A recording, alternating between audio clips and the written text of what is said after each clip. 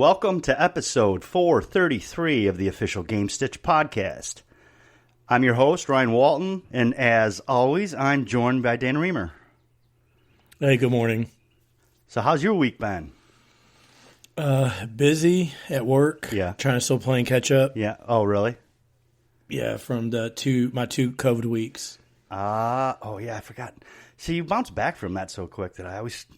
I know we just talked about it a little bit ago, but I always forget that you, had that because you just were like, yeah, I got a fever, a little cough. I'm better. I'm all good to go now. I'm a superhero. And I actually missed 2 weeks of work, which... Right. So I'm playing catch up from that. Right. So, I mean, do you get behind at work when, you're not there? There's no one else to do your job, or? Yeah. So you're it? Yeah, there's certain things I'm, assigned to. I do all the computers. I do all their cell phones, the ticket printers. I do some of the body camera stuff. And then one of the guys that does the body camera stuff with me, he was off. I do the in-car camera. He was off for a week. I do the in-car cameras. Man. Also, those are my assignments. You're just the super tech guy, then. Yeah. The super tech cop. You're No, not a cop. No badge, no gun, no body armor. Even though I want to get one of those, the body armor, little carriers that they wear. Uh-huh. And instead of saying police, I'll put civilian or IT guy or something like that. IT guy, yeah, there you go. So you're like that in the 80s movies and Tango and Cash and that. There's always that one tech guy who somehow has this magic lab beneath the LA Police Department who is putting together battle tanks and super guns, and so you're that guy. Kind of. I don't put anything together. I deal with the drones too. Oh, the drones. Great. Yeah. Spying on people? No, not yet, but we have some of the stuff is out there. I can't really talk about. Oh, no. What did I do? This. I just stepped in some classified top secret shit. Them drones are coming after me now. Good gracious. What did I do to myself? That's it. You'll be surprised at the stuff that we can do. Or actually police can do. What do you mean? You mean can do or are allowed legally to do? Both. They can and legally allowed to do. Now, I'm assuming that the drone stuff is going to require some sort of warrant. Unless it's over a public area. No. As long as they have FAA approval, they can fly. They can fly in the airspace and see whatever they want. But before we do fly anywhere, on any kind of, they have to get permission from the FAA. Even if it's training. Huh. Because we're by Fort Campbell, and Fort Campbell has drone detectors. Right. So they can see what drones are flying no matter what the drone is. Right. Now, how is a person supposed to know whether a drone is a cop drone or their neighbor trying to be creepy and they shoot it down? What happens? And they don't, and they can't shoot it down here in Tennessee. They can call the police. They can call 911 and say, hey, there's a drone flying. But you're not allowed to shoot it down? No. Really? Even if it's in your property, because airspace is not your property. If it's over now, if it flies to your front door and is hovering right in your front window, that's a different story. But if it's over your top of your roof, no, it's free. Well, isn't there? Now there's something somewhere called, I don't know if it's just in California, but it's sky rights or something. Or if someone builds a building, they own basically up to the atmosphere above that. Yeah, in some areas it's like that. Yeah. I think I prefer that rule, especially with people trying to fly drones over my head. I think I prefer. But it's definitely government facilities. You cannot fly a drone anywhere over Fort Campbell. Well, why not? I mean, it's airspace. But it's government airspace. Oh my God! See, fuck that shit. Yeah, there's a lot of rules and weird stuff. Fuck that! I ain't into that. I ain't into, it's their airspace, but it's not your airspace because I'm not into all that. If you fly into, let's say there's a situation and they have to drone out, and they have to deploy the drone, and you're just flying. You're outside. Hey, I'm going to take my test drone. You got a big yard. You're flying around. If you're in that area, they can take control of your drone and land it. They can take control of it and use it if they want it. If we have an extra controller. Oh, player 2, ready, start? Is that what you're telling me? Yeah, we can take control of your drone and use ready, it. player 2? Is that what you're telling me? Oh, yeah. Some bullshit. Now, what if a drone is flying over my house and I have a drone and I smash my drone into it? Can I be like, oh, that was an accident, I didn't know? You probably could get away with it if your drone doesn't have a camera. Right. See? Because you're saying you didn't see it. Or if it does, you're like, I don't know, so, I lost control. It must have been a frequency issue. Yeah. I mean, there's always I don't know how your law's up there. There's always a loophole. There's always a loophole. Mm-hmm. Yeah. Okay, listeners, in case you haven't noticed, despite our wonderful intro, Ryan is not here today. It is just myself and producer Gerald. Work is there's some things going on at Ryan's work that he had to pick up some schedule changes, so we weren't able to agree and compromise on a good time for all three of us to sit down, and so we decided that it was his turn to take a seat. Well, I was going to say he just got suspended for a week. We fined him and suspended him. Yeah, for flying drones over government airspace.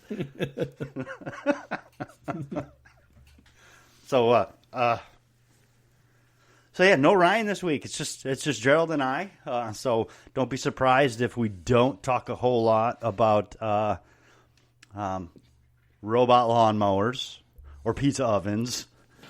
We may not have a lot of conversations about those. Can't guarantee it. I don't know. I mean, you know how it goes. We don't know. We never know where the day is going to take us. But I would bet against that. I would definitely bet against it. Me too. So we'll get to the video game stuff in a little bit because we do have some video game stuff, more than we've had the last few weeks. But what have you been watching? We don't. This is something we don't ever really get to talk about because Ryan watches Deadliest Catch and you know World's Best Blacksmith and how to make horseshoes, those kind of shows. We're not really into those as much. I think Gerald and I more prefer fictional escapes from real life. Yeah, definitely. So what? Let's get caught up on some of the stuff that we've been watching. What have you been watching that's that you think is worth talking about? I guess. Oh, kind of like how you like a lot of the B movies or older movies. I'm the same way. I'm more of an actor. Like there's a specific actor I like. I'll watch all their dumb B movies that they have. We've established where you stand as far as actors and actresses go. Yes, that's been firmly established the last 3 weeks. So I watched Outside the Wire with Anthony Mackie. Outside the Wire. I've heard of that, yeah, but I don't think I've seen it. So he's like a super soldier. Oh yes, it's on Netflix, right? It's on Netflix. He's like a part cyborg, I think, right? Mm-hmm. Yep. How is it? It was good. I liked it. It was different. It didn't go the way I thought it was going to go, which I always like those. Yeah, I haven't watched it yet. It's on my radar. But I haven't watched it yet. And then I watched that, and then Frank Grillo. I watched a lot of his more recent movies. Did you watch Boss Level? Yes, I love. I haven't seen that yet either. Here's the problem: is that there are so many things that I'm watching or want to watch. On top of that, my wife has things that she is watching or wants to watch, and of course we have, basically a newborn at home. And she's home all day, and I don't feel right coming home. She's in the middle of her shows, and a little bit of time that she's getting during the day while she's taking care of the baby. She's watching. I don't feel like coming home and going, okay, get to my turn. I feel kind of like a dick doing that. So I'm not able to watch as much as I would like to because I've been trying to give her, watch her things that she likes to watch. But so I have to pick and choose my times. Like I'm still I'm still episode by episode. I'm still going through Yellowstone. I'm in season 3 now. Show's fucking awesome. And you haven't seen it, right? Ryan's seen it. I've seen it, but you have not. Yeah, and I'm not going to. And you're not going to watch it. I'm not. Like I said earlier, before when you guys originally talked about, I'm not a cowboy. The westerns. I'm not a big western person. It's obviously a modern day western, but it's very much got the western vibe. But I think Ryan and I talked about it. It's on any given moment, on any given episode of that show, the character, you don't know if that character is a good guy or a bad guy. Like, and that's every character. Like, it perfectly encapsulates, like, the shades of gray and why people make some of the choices they make. Whether they're selfish or for somebody else or to protect their family or protect their land or whatever the reasons are. It perfectly encapsulates all the shades of gray that go into those kinds of decision making. And that's why I like it, because at any given time, I can identify with any of those characters. And sometimes it's because they're being decent, and sometimes it's because they're being assholes. I have enough self-awareness to know I'm not always decent. Sometimes I'm an asshole. I do try not to be, but so Yellowstone, I've been watching that. I should probably talk more about what my wife's been watching, because I kind of sit there and watch it with her. She rewatched Handmaid's Tale and is recatching up on that. My wife's about to watch the new season. She started the new season. She's watching the show on Netflix called Working Moms. It's a Canadian show, like a Canadian sitcom. It's on Netflix. It's different. It's funny. It's got, like, I guess British humor, you would call it, because I guess not quite British humor. I guess it's Canadian humor. But it definitely leans more like the dry British style than it does like the stupid sitcoms like King of Queens and shit like that. It's not like that kind of show. So she's been watching that. We've tried watching a few shows together. We tried watching The Nevers on HBO Max, which is Joss Whedon. It's a Joss Whedon show, produced, directed, executive produced, written by. We all know that he's having a lot of trouble lately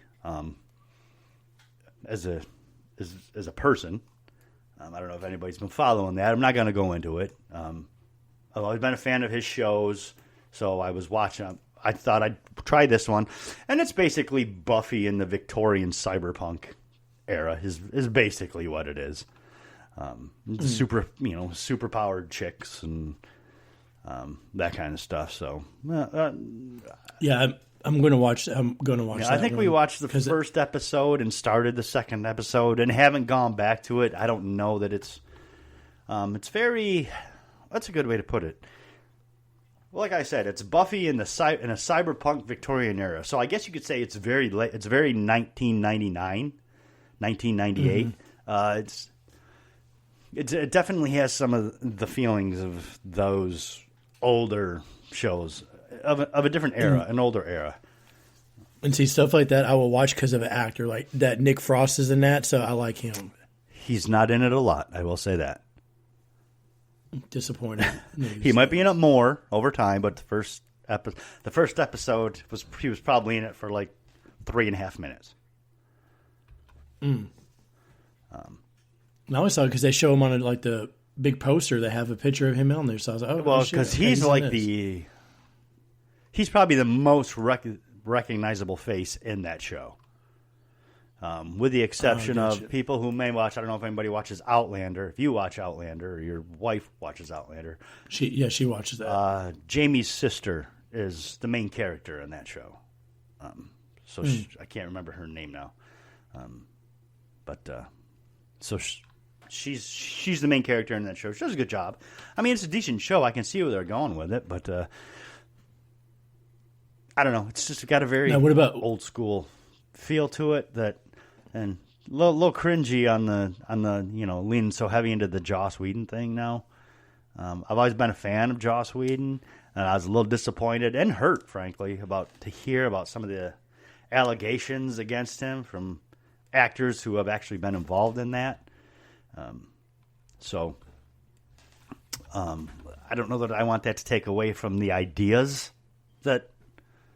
some of the ideas that he puts out there, because I think they're cool ideas, but that doesn't make him a good person. So it's kind of a fine catch between that kind of stuff.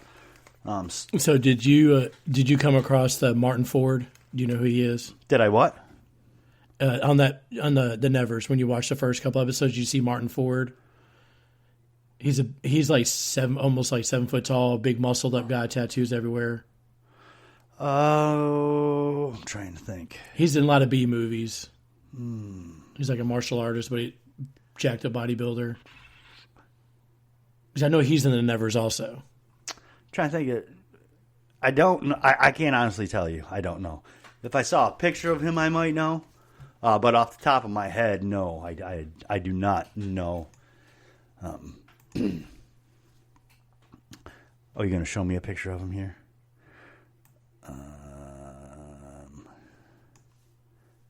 Yeah, showing me some pictures of this Martin Ford guy. Yeah, he's huge. He's in a lot of B movies that I watch. I mean, he's not jumping out at me from being in the Nevers, but there's a lot of people in cloaks and things like that. So that doesn't mean that I just can't place the face now, because I might recognize him. I think he had a very small part in the first episode too, if it's the guy I'm thinking of.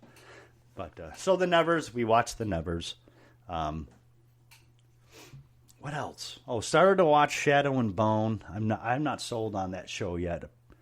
Okay, because we're going to start watching that tonight. It's on Netflix as well. The premise is interesting. The problem I have with it is I don't know anything. Apparently, this takes place in what's called the Grishaverse. They're huge, young adult books that are super popular or something. There's like a trilogy of them, kind of along the lines of the Hunger Games or that kind of thing. But the problem is they seem to follow like that YA trope, like literally step by step by step. It's almost like a Mad Lib of YA tropes. Okay, what do we have? We'll have witches, but we have to call them something different. How about Grisha? Okay. When's it going to take place? Well, like in an alternate, universe and there's magic and okay. I mean, and a chosen one who's going to save the land. It's just, it follows all of that like to the T. It does not seem to deviate from it at all. And I just feel like it's the characters, I guess, to me, aren't written well enough to the point where I care enough to where they can be the selling point for me to continue watching. So you might feel different about it. I don't know. And some of it might just be a time thing. Like, if I'm going to spend the time watching something now because I have such limited time, it's got to be something that I am super drawn into. And after the first 2 episodes, I just didn't get that out of it, and I kind of gave up on it. Doesn't mean I won't go back to it at some point, but I'll tell you what I did start watching. It's on HBO Max called Warrior.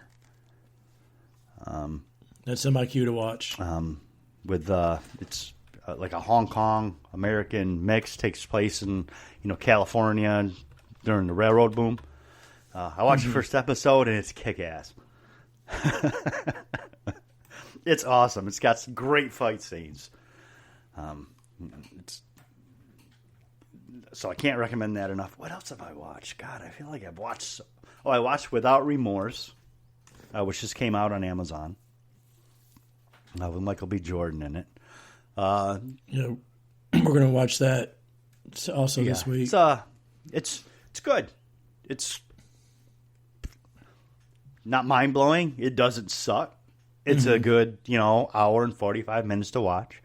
I will say I like Michael B. Jordan as an actor, and I think that he is the real draw. I think he elevates the movie. I think otherwise it would just be your typical drivel, a movie you've seen a million times over. But I think his performance really elevates the material. So, good on him. I think he alone made the movie better than it probably was.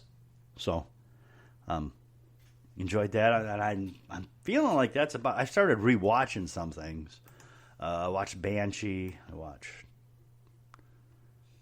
Starting to rewatch Banshee. My wife hates it, so I don't get to watch it as much as I'd like. Right, like with me, I'm going back rewatching certain actors' movies that I like. So I'm going all the way back to like early 2000, trying to find the movie in order of the movies he played in. Who's that? Scott Adkins. Oh, yeah. Yeah. Because I just recently watched Accident Man and Avengement of his. Is Avengement any good? Because that title is horrible. The title's fucking horrible. Avengement is way better than Max Cloud and Dead Reckoning, for sure. Accident Man's pretty funny, but Avengement, I really liked Avengement. It's a horrible name. It's a horrible movie title. It's so bad. I think he's in Jiu-Jitsu, isn't he? With Nicolas Cage and yeah, he's in that. Ito that Uwais. Horrible movie. I haven't seen that. I really want to watch it. Is it crazy?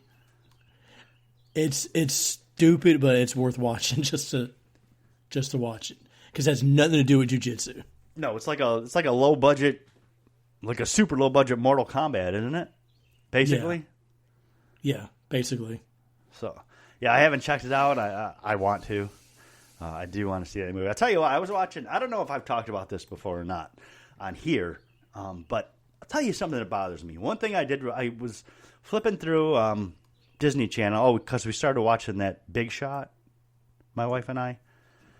So with John Stamos as a basketball coach. It's just a cutesy little TV series. Episodes are like 40 minutes, so it's great. But flipping through some different stuff and noticing X-Men movies come up. And I always notice Hugh Jackman is super fucking ripped in these movies. And for some reason, my brain works different than everybody else's. To me, if you take the science behind Wolverine, okay, let's apply today's science to mutants. Let's just do that. Okay. Mm-hmm. So if you apply science to Wolverine should be, he has a healing factor, right? Which means it keeps him healthy, right? Right. So Wolverine should have a dad bod. But he did in the first movie. Wolverine should not be muscular or ripped or any of that, because that means that your body is not receiving enough carbohydrates or protein or water or whatever or any of that. It means your body's not receiving enough sustenance to maintain its health. Is it making sense what I'm saying? No, yeah, I get it. Like he should not be super ripped where it looks like he only lives on like chicken salad for 3 months, because that would not be healthy. Like whatever your body has, everybody's body will decide that there's like a certain amount of body fat that's necessary to maintain a healthy sustainability. But he has to look like a superhero. No, he doesn't. He doesn't. In superheroes like that, like they want them to look huge and muscular.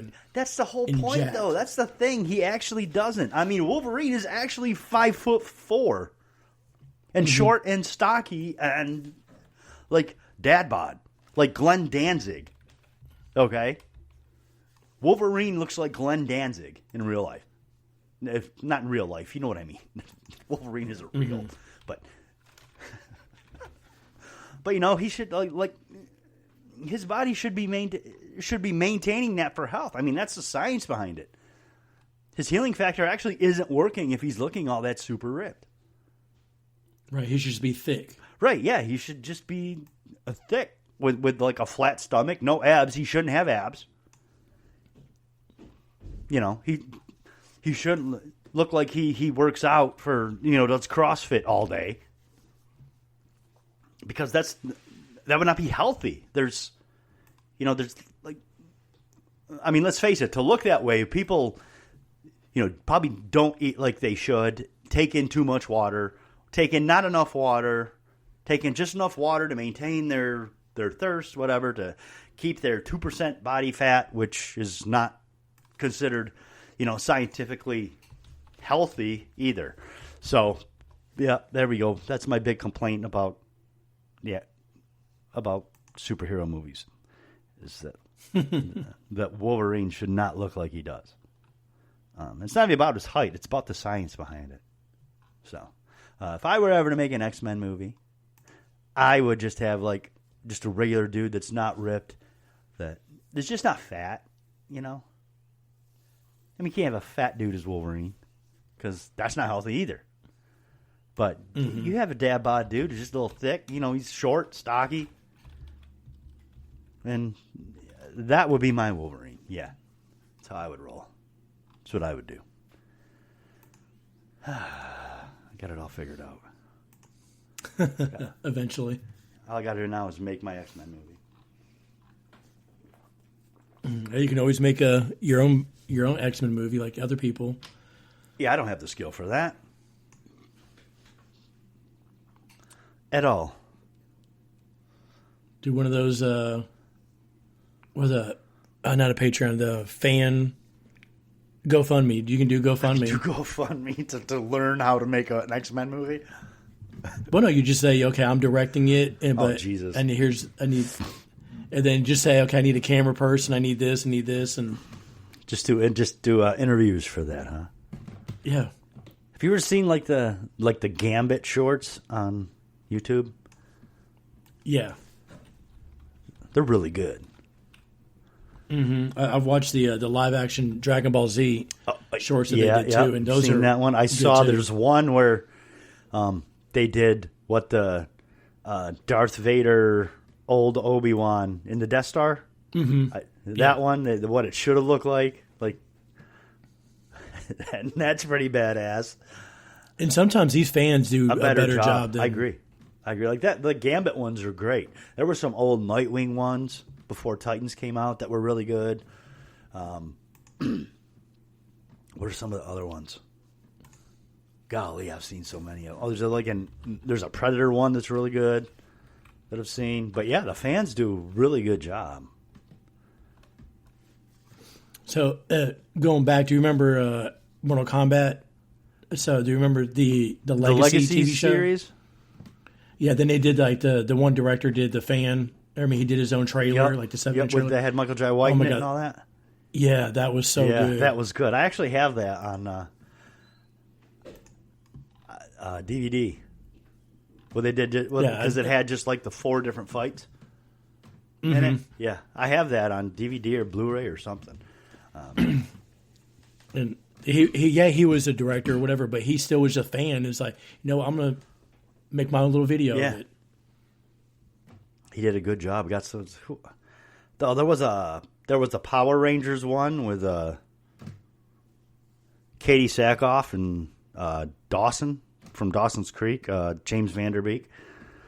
There was a Power Rangers one that was really good. So yeah, I'm telling you what, there is a lot of creativity out there. It's just a matter of tapping into it.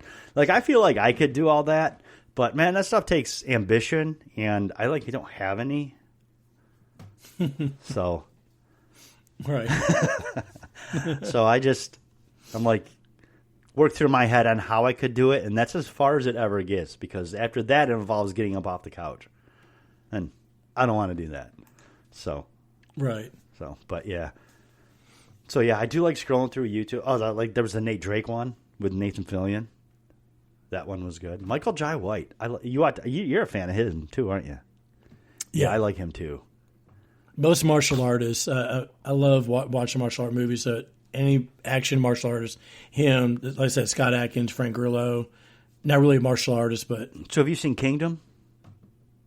Kingdom, yes, The MMA TV show show. with Frank Grillo? yeah, it's okay. And the Jonas Brother, Yeah, my wife really liked it. I was not quite as into it as she was, because I don't know. It just, when the TV shows seem to go on for that long, it just turns into drama after drama after drama after drama, and you're like, what in the actual fuck, man? Nobody does. This is nobody's life ever. And that's why I like the.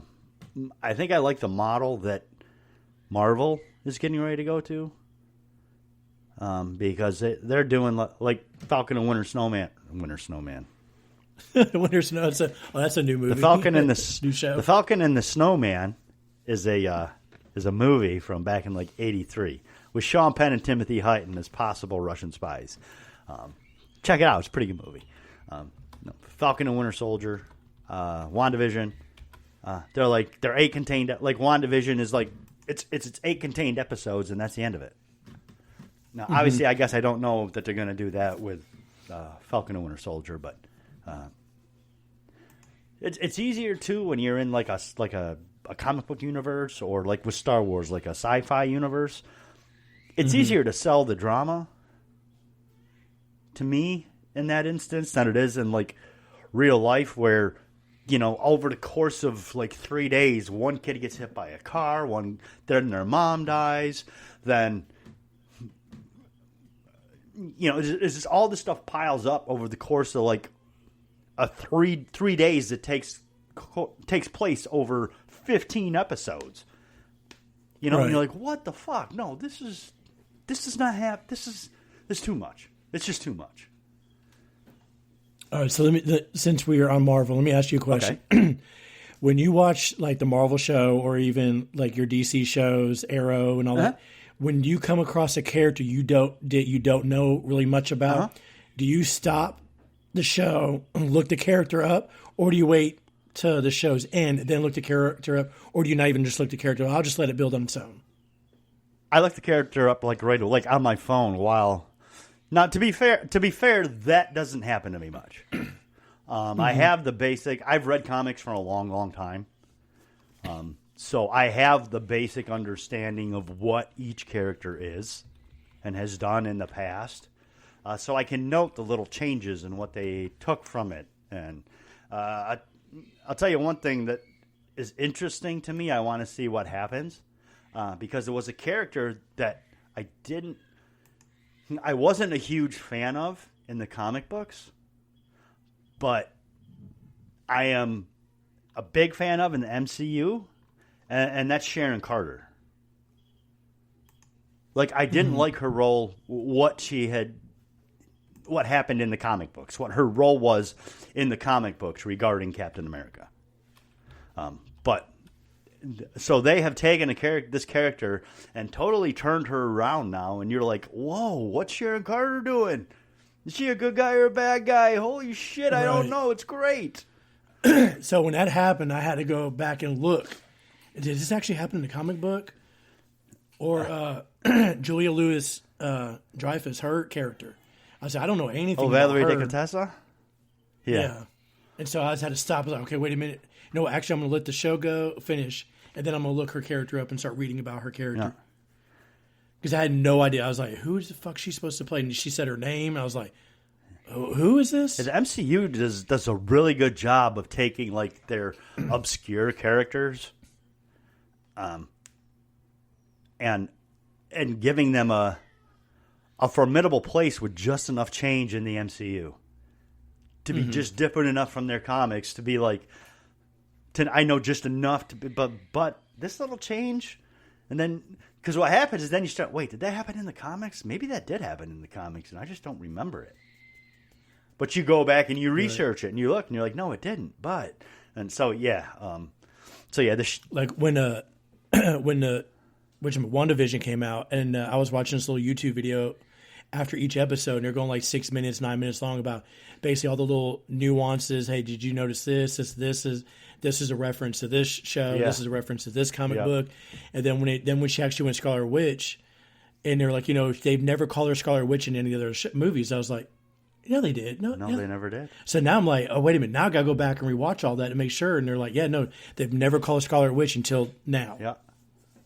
And I was like, damn, that's crazy. Yeah. That's because you don't realize that because you know her as that's the Scarlet Witch, right. And you just always known her as the Scarlet Witch, but they've never called her the Scarlet Witch. And, so they were smart with doing that. It was that's good. like something I don't know a lot of people notice is John Walker, and this is something I picked up on that I remembered from the movies. Steve Rogers never calls himself Captain America. He always introduces himself as Steve or Steve Rogers. Mm-hmm. John Walker consistently tells everyone is that he's Captain America. He introduces himself as Captain America. So that's how that's an indicator of the difference between Steve and John Walker. Yeah. And I heard a really good thing. Steve Rogers' Captain America is what America thinks it is. John Walker's Captain America is what America actually is. Yep. But yeah, all those little, I watch all the little Easter egg things too, where I read about them or watch a video or whatever to see if there's little things that I might have missed. It's Marvel is great at connecting everything. The characters they choose to do it with and all that. I've said it before. I'm a DC fan as far as the comics goes. I always have been. I do like the movies, and there are Easter eggs in the movies. But if you'll notice, the movies that they've done, they have not done movies out of with the exception of maybe Suicide Squad. They don't take C-list or B-list characters and elevate them to movie status. The movies are Batman, Superman, Wonder Woman, Aquaman. I guess could be considered B-League in some form, but everyone knows who Aquaman is. But not everyone knows who Deadshot is, or Deathstroke, or any of those. They don't know who those characters are, and that's where I think the DC, we'll call it the Arrowverse, I guess, or the CW verse, whatever they're calling it now. I think they did a better job with those. They took more of the Marvel route with it, and introducing these characters with just a little bit of a tweak to them to make them interesting for TV, but still familiar enough for comic book fans to know who they were, as opposed to what the DC movies have done. I enjoy the DC movies. Now, I've said that before. But I like some shitty movies, just like I like some shitty games. So me liking the DC movies is no way an indicator of how good or not good they are. But back to what you were talking about, the DC TV shows. They did such a good job on the TV shows. The fans of those want those characters in the movies. They want to see Arrow. They want to see all those characters in the movies. They're like, is Arrow going to be in this movie? We need this. We need this. Right, so how upset was everybody when Ezra Miller was cast as the Flash? Because everybody wanted Grant Gustin. Yeah. Who plays the Flash on TV. That's not as Ezra Miller, I think, does a good job as Flash. I think he did a great job as Flash. Mm-hmm. But everybody wanted Grant. Everybody wanted Grant Gustin. They wanted the person they recognized as the Flash, who was an amazing Flash and still is an amazing Flash on that show.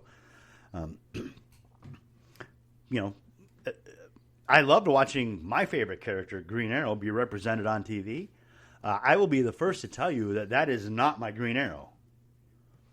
That is the Arrowverse version of the Green Arrow, which is Batman in green.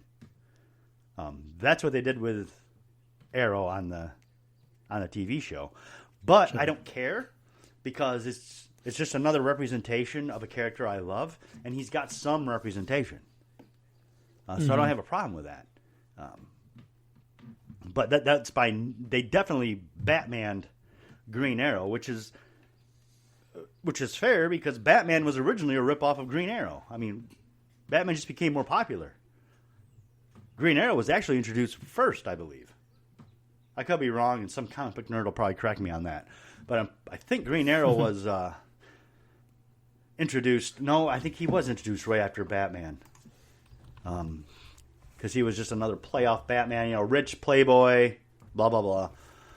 He had an arrow cave. He had an arrow car. Arrow cave. I don't know why they call it the arrow cave. It seems to me they should call it the quiver. Because that's where arrows live, right? So, but what the fuck do I know? Yeah, 2 years apart. Yeah. Batman first, right? And then Green Arrow.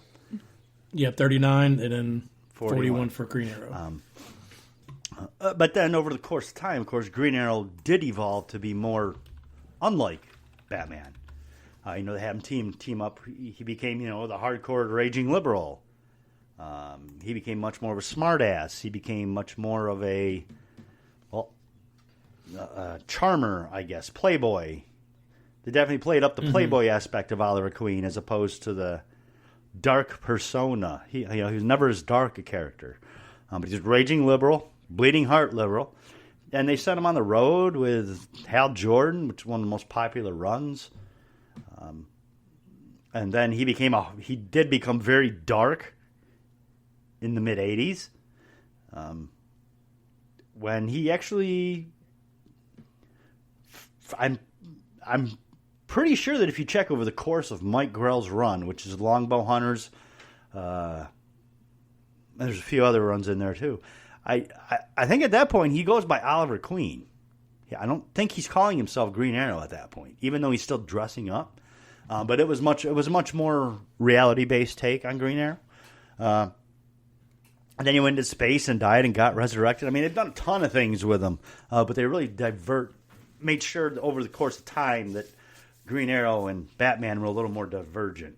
So always cool. But Green Arrow's my favorite character.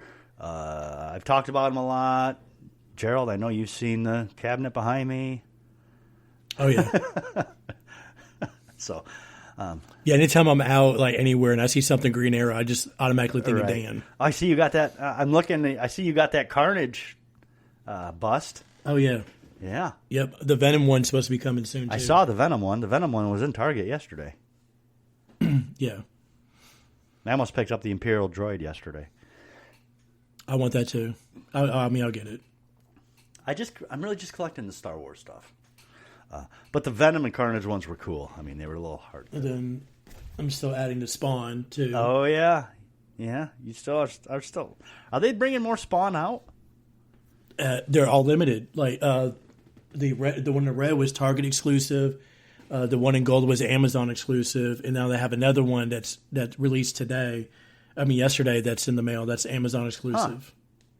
Huh. All Spawn stuff, huh? There was a GameStop exclusive one for the Mortal Kombat Spawn. Yeah, that was a fun. There's variants. That was a fun movie. That's my favorite comic book character, but the Spawn. The movie was okay. Yeah, I like that movie. It's got Michael Jai White in it. How can you not like it? No, the graphics were yeah, CGI, but it was also like 1997, dude, or 1998. Right. I'd tell you the best CGI in the whole movie is when he jumps in like the party and he has the cape and the cape is like going all around the room. That was like the coolest thing. Yeah. No, I saw that in a theater. Now they got Jamie Foxx going to play Spawn, so I'm like, ugh. Oh, you're not a fan? You're not happy? Because Michael Jai White's my Spawn until someone takes his place. Did you ever watch the animated series on HBO? I have him. Voiced by David Keith. Yeah. It was pretty good. Yeah, it was pretty good. I enjoyed that. Yeah. As being the first like animated Spawn something. Yeah. And you are right. The graphics aged horribly in Spawn the movie. Horribly. Hell and Malebolgia look like turds. Yeah. Oh, and whatchamacallit, John Leguizamo is the clown. Oh my God, that was Yeah. He's a great actor for me. I really think he can act. But in that movie, oh my God, it was bad. No, he was supposed to be over the top like that. That's how he was directed. And that's one thing about movies. People are just like, oh, he's such a horrible actor. It's like, Right. Well, no, the director wants him to do that specific thing. Yeah, and it's just like when it goes back to, oh, well, they're a horrible actor, or they did a terrible job, or an actor does one of those horrible, questionable things. That whole thing, it wasn't all on their shoulders. There was hundreds, if not thousands, of people involved in some way in the making of this film. Do we need to allow one shitty fucking person who we can take all the vengeance against who we want to? That's fine. But what we don't need to do is ruin these other 200, 300, 400 people's lives, hard work that it's literally, especially if it's like a one-off or a two-off. Right. Like, oh, this movie, he or she goes into a movie that doesn't come out really good, but the next 2 or 3 movies after that, they do a good job. And it's like, okay, so it was just something about that movie, that character, or the director, just something. So that's why I like Anakin, Hayden Christensen. I've seen a bunch of his movies afterwards. He did fine. Yeah, he's a good actor. It's how he was directed. He was. Yeah, I don't blame him in the Star Wars movies. No, I don't. I'll tell you what; those movies have aged much better over time. For me, as someone who is going to be 44 in a few days, I like the first 3, episode 1, 2, and 3 more than I like 4, 5, and 6. Do you? See, I do not. Yes. There are. What's the best way to put it? There are moments in 1, 2, and 3 that are my favorite moments of Star Wars. There are moments, to be honest, Star Wars Rebels, the cartoon, and the Clone Wars probably have my my all-out favorite episodes ever, and have brought to me some of my favorite characters. I do enjoy 1, 2, and 3 better as in movies, entire movies. But I don't think that. Excuse me. Did I say 4, 5, and 6? You said 1, 2, and 3. I meant New Hope, Empire, Return of the Jedi. Okay. I think overall those are the better movies than 1, 2, and 3. But I think Phantom Menace went a little long. There were moments of Phantom Menace that could have been cut out that did not need to be there. You did not need the Maul Qui-Gon fight in the desert. It was unnecessary. Pod racing is cool. Could have been cut about 10 minutes shorter. Yeah. Attack of the Clones, there's a number of threads that they unraveled there that never got answered, never went anywhere. Unless you count the cartoons that came after, the animated series that came after. Revenge of the Sith. The last 30 minutes of Revenge of the Sith is some of the best shit on screen ever, in my opinion. I will sit and just watch that fight over and over and over again. It's so amazing, the choreography that went into it, the swordsmanship, all of it. My problem was I was never really sold on Anakin's fall to the dark side. I was never really sold on how that all came about. Oh, my mom died. I hate sand. Oh, my wife might die. I'll just be a bad guy and save her. I realize that's incredibly unnuanced. I realize there's a lot more into it, but that's the crux. That's the crux of that argument. Oh yeah, people can nitpick like here and there. Like me and a guy at my last job, we talked about how Padme was like, oh, is Padme like 17, 18 years old, and Anakin's like 9, and all of a sudden they're together. It was like, come on, she waited until he turned 18. Yeah, here's the thing: it was a casting problem. Because when Anakin was 9, Padme's supposed to be 13. But instead, they got 24-year-old Natalie Portman to play her. You hate Natalie Portman. I like Natalie Portman. Regardless of the fact, 24-year-old Natalie Portman does not look like 12-year-old Natalie Portman. Right. If you've seen The Professional, well, that's 12-year-old Natalie Portman. That's actually 14-year-old Natalie Portman. And that's much closer to the look they were going for. There's only like 4 years difference between the two of them. And instead, something weird happens somewhere along the way. And like as Anakin gets older, her years shorten a little bit, so she gets closer and closer to his age somehow. There's tons of nitpicks, but again, George Lucas directed those movies, and that's what he wanted out of them. Yeah. A lot of people, when it comes to the Star Wars movies, George Lucas is a hell of an ideal man. I don't think he's the best director for those movies. I would say A New Hope, regardless of the fact that it introduced us to the special effects in the world of Star Wars, is the worst directed movie of the 3 original trilogy movies. Of 4, 5, and 6.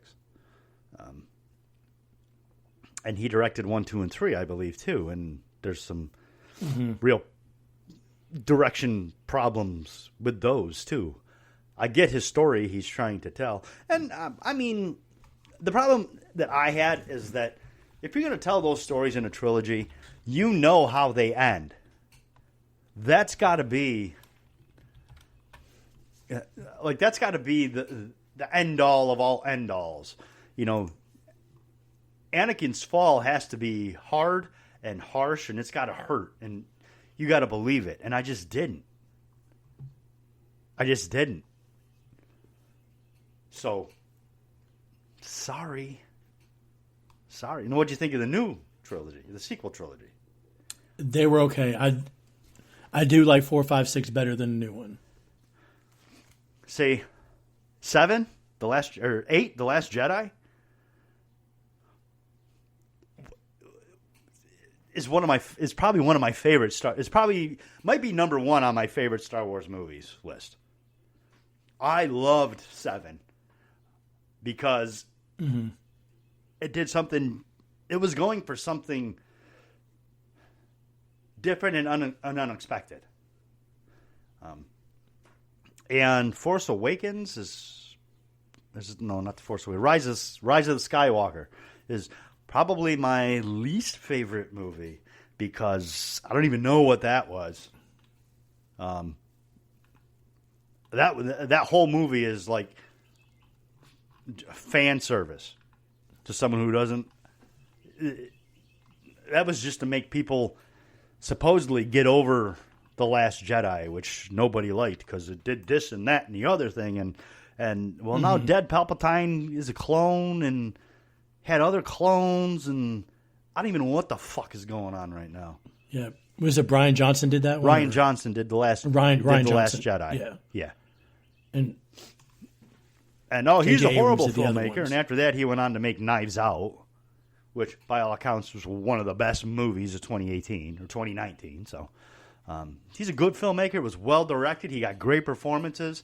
And he was looking for a little bit of subversion to the Skywalker mythology. He was trying to turn them into people and not legend in everyone's mind. And then The Rise of Skywalker took all that away. So it says here that George Lucas did not direct episode 2 and 3. 5 and 6. He didn't. No, episode 1 he did. He only did just the one. I think number 2. I think Empire was Lawrence Kasdan. Is that right? Let me go back. Empire. I think that was directed by Lawrence Kasdan. Directed by Ivan Kushner. Ivan Kushner. Okay, so then he did Return of the Jedi. Then Lawrence Kasdan did. But Lawrence Kasdan produced it, and screenplay by him. And the third one, Return of the Jedi, was done by Richard Marquand. Oh, Marquand. Yeah. Marquand. Also written and produced by. But if you look before that, George Lucas only did T8, THX 1138, And American Graffiti. and American Graffiti, then Star Wars. Yeah. And the only other 3 he directed after that was Episode 1, And, 2, and 3. and THX 1113 was actually his student film. Mm-hmm. And then he did American Graffiti, which is a very good movie. But he didn't produce that one, Right. so that the producer. Right. But he had, although George Lucas not a great director, real smart businessman. Real smart businessman. Yeah. He took a lower salary for marketing cut for profits and marketing later on, percentages of marketing. We don't know how that went. That's how he made his fortune. All right. So what have you let's bring it back been around playing? here.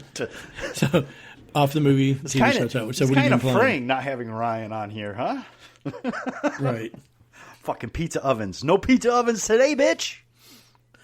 I've been playing. I'm still on Outriders, man. I know we had homework this week. I didn't do it. Put me in detention, I guess. I did not play Days Gone. Well, we'll find and suspend you. next week. Okay, that's fine. Yeah, actually, it's Mother's Day next week, so I don't know. I might not be on. But just more Outlanders and not even much of that. With a newborn and stuff, finding time isn't always the easiest. So, Well, thank God we had the challenge. Because if I did not have that challenge to play Days Gone, I probably would have jumped back into Fall of 76. Because the new season just came out. No. I thought you said you were probably never going back to that. I saw the new season. It's like, oh, then they added some things out there. It's like, oh my God, I can have 2 bases? Oh, I could do this? And I was like, no, I got to play Days Gone. Let's put it set aside. I don't even know if Ryan played Days Gone this week, to be honest. He did. He did. Did he? Yeah, he did at least once. Because he unlocked a trophy. Oh, okay. Because it showed up on my, like when you log in, it showed us, he was the first one on there. It said Ryan Walton. I was like, oh, shit it. So he's playing it. So I said, damn, I need to get in here and play it. Yeah. So you played So basically you played Days Gone then. that. You Yes. completed your homework assignment. Congratulations, you get a star and a smiley face. Maybe you can pick a toy out of the treasure chest later. But what'd you think? It is really, it's really good. It's really hard. It's really hard. Yeah. What's hard about it? Like what difficulties are you having? You have to pay attention to a lot of stuff. You have to pay attention to your health, your weapons health, your ammo, just like you would in Last of Us. You have a motorcycle to travel around in. You have to watch the health of the motorcycle. Gas on it. You have to fix it, and then put gas in it. Make sure you don't run out of gas. Yeah, there is. And then and this one, because it's more open world, as you're riding around, the freakers as they call them, they will jump you off your bike. Yeah, and you have no warning. Yeah, You don't know it's coming. There's no. There is a mini map, I believe, but it is useless as far as enemies go. I mean, people will just start shooting at you from like behind a tree, and you're like, "What the? What?" And you can't see. Running around, and you run into a damn bear trap, and it's like, what? Yeah, You can't see him. Yeah. This is too late because you're looking up on the screen, you're not looking down at your feet. right. Yeah, I remember that from that game. I definitely understand that complaint. And I'm playing on baby mode too. So that does give it some. I guess that gives it some of the survival reality of it. I've died at least 4 times. 3 of those were legit, like I fucked up, and then 1 was just being dumb. I was trying to see if the bike would jump off a cliff and land. And it didn't. To make a shortcut, and I crashed and died. I was thinking of GTA. I was like, I'm a GTA this shit and just jump right off of it and bounce the bike out and land. No, it doesn't work. Not Days Gone. Not in Days Gone. All right. Are you going to continue to play it, or? Yeah, I'll try to at least get the story done. I don't know if I'll do a platinum on that. Okay. Just like Zombie Army, I'm pretty much. I don't think I'm going to try to go for a platinum. No, you said it's really hard, right? Because it's really a really crazy. It's fun, but it's hard. You said it's a really crazy platinum. The Zombie Army. Yeah, you need a multiplayer. You have to do this, and you have to go in and get people to help you do every mission. The same 4 players, and that's not going to happen. Okay, yeah. Because I don't have 10 hours to play one day on that. Yeah. So and then with the new games coming out that are going to be free, I might want to jump into one of those. You got that list for us, right? Yeah. Don't you? Why don't you go ahead and read those off for us? Because I did not do my homework twice, and I could not tell you what these games are. I've been paying attention, but I missed this somehow. I don't know how. But all right, so the Xbox games with gold for the month of May. So all of May, between May 1st and May 31st, is Amarillo. It looks like a Ryan-type game, cartoon characters, swords. Puzzles. Very cartoonish. May 1st through the 15th is Batman the video game. Lego Batman the video game, sorry. May 16th through the 15th, Dungeons. Won't play that, doesn't even look good. And then May 16th through May 31st is Tropico 4. That's right up Ryan's alley. Which they seem to give the Tropico game. They seem to give the Tropico games free. Yeah, they do. Never played one. And that's on. That was on Xbox, right? What's coming out for PlayStation, I guess. So the monthly games on PS5 is Wreckfest, Drive Hard, Die Last, Battlefield 5 on PlayStation 4, and then Stranded Deep PlayStation 4. Huh. So those 2 games I'll probably play. I'll probably play that Stranded Deep one because I played. I platinum Subnautica. Right. You did. Yeah. Jesus Christ. I will hate that game. I'm not playing it. So I'm gonna play Stranded Deep. Not sure if I'll platinum that one. Subnautica actually was I beat it and then I completed it. Then went back and saw the platinum. Was like, fuck it. I'm only a few away. Let me get it. Stranded. You can actually get the platinum in 30 minutes after you beat the game. No, you don't even have to. If you follow the platinum guide, you can platinum a game in 30 minutes. There's a platinum guide. Yeah. Like, is that an online thing? It's it's on YouTube. Just follow someone's YouTube channel, and you can platinum that thing in 30. Never played it. First playthrough, you can just get a platinum in 30 minutes. Which game is that? Subnautica. So, do you cheat to get all your fucking platinums? No. I'm just following all these guys and shit. And...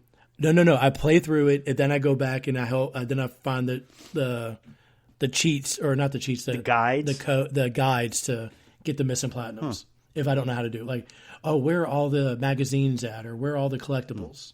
Now, do you ever run into a problem where, like, okay, well, I got these ones, but I didn't get these ones. I can't remember which ones I got. As far as collectibles go, if you go back later and try to get them, you're like, okay. Oh yeah. If you follow that guide, Call of Duty, you literally have to go to ones you may have already gotten. Oh yeah, in Call of Duty you have to do that because you don't know what you picked up. So, or even Last of Us, there were certain things in Last of Us I had to go back and follow someone's playthrough to pick up where I left off at or missed out on. It's a mess.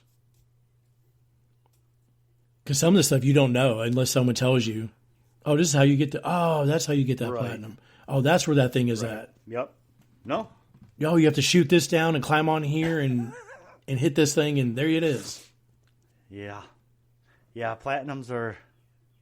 You love your platinums. See, I don't give a shit about them. I guess it goes back to my lack of ambition thing. Like, if I do, I do. If I'm, like, super, super close, I might try it again, but it depends on what's entailed with it. Like, Spider-Man, I basically have to play the whole game again through, and I don't want to do that, so I'm not getting... I won't get that platinum. Oh, well. Yeah, just like that Zombie Army game. I have to play the whole game through if I wanted to get the platinum. Spider-Man's a really good game, but I don't want to play through it again. And lastly this week, so those are all the games. Pick out Stranded Deep. Is that the one where you're like stranded on an island? Mm-hmm. It like looks really shitty. Okay. Yep. So pick that up because that's going to be free.